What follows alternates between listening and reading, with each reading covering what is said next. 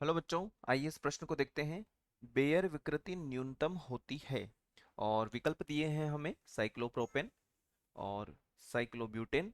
सी दिया है साइक्लोपेंटेन और अंतिम डी दिया है साइक्लोहेक्सेन। सबसे पहले हम बात करेंगे प्रश्न से संबंधित मुख्य अवधारणा के विषय में, जो कि संबंधित होगी बेयर विकृति से।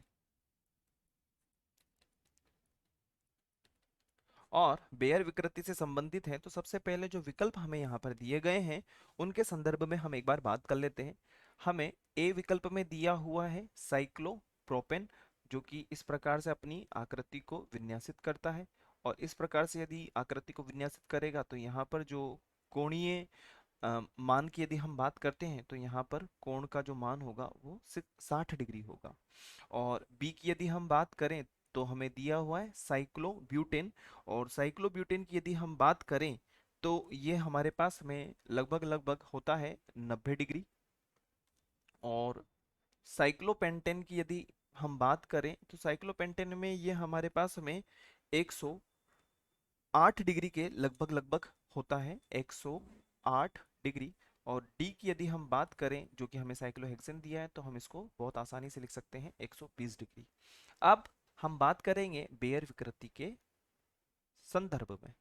बेयर विकृति और बेयर विकृति की यदि हम बात करें तो इसको किस प्रकार से निकाला जाएगा।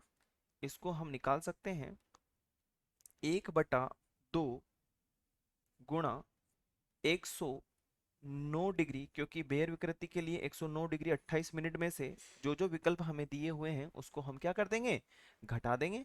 28 मिनट में से हम सबसे पहले इसको 60 डिग्री को घटाते हैं।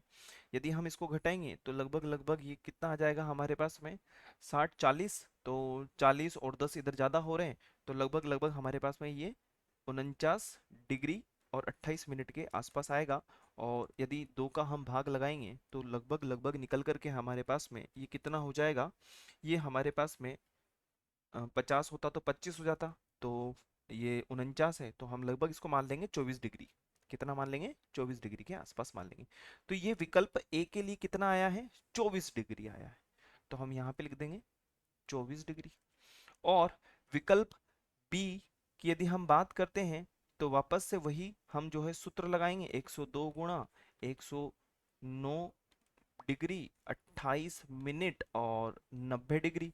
अब यदि 109 में से 90 को हम घटाएंगे तो 100 और 9 19, और 19 डिग्री 28 मिनट और 2 का हम फिर से भाग लगाते हैं।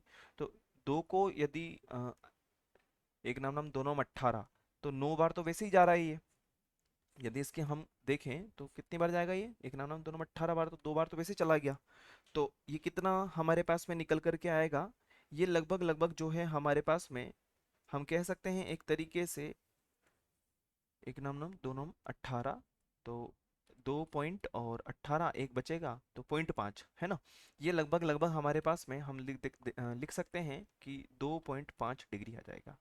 अब विकल्प सी और डी के संदर्भ में यदि हम बात करें तो विकल्प सी हमें क्या दिया हुआ है, देखिए पुनः हम जो है इसके लिए बेयर विकृति का जो सूत्र है उसको लगाएंगे, बेयर विकृति।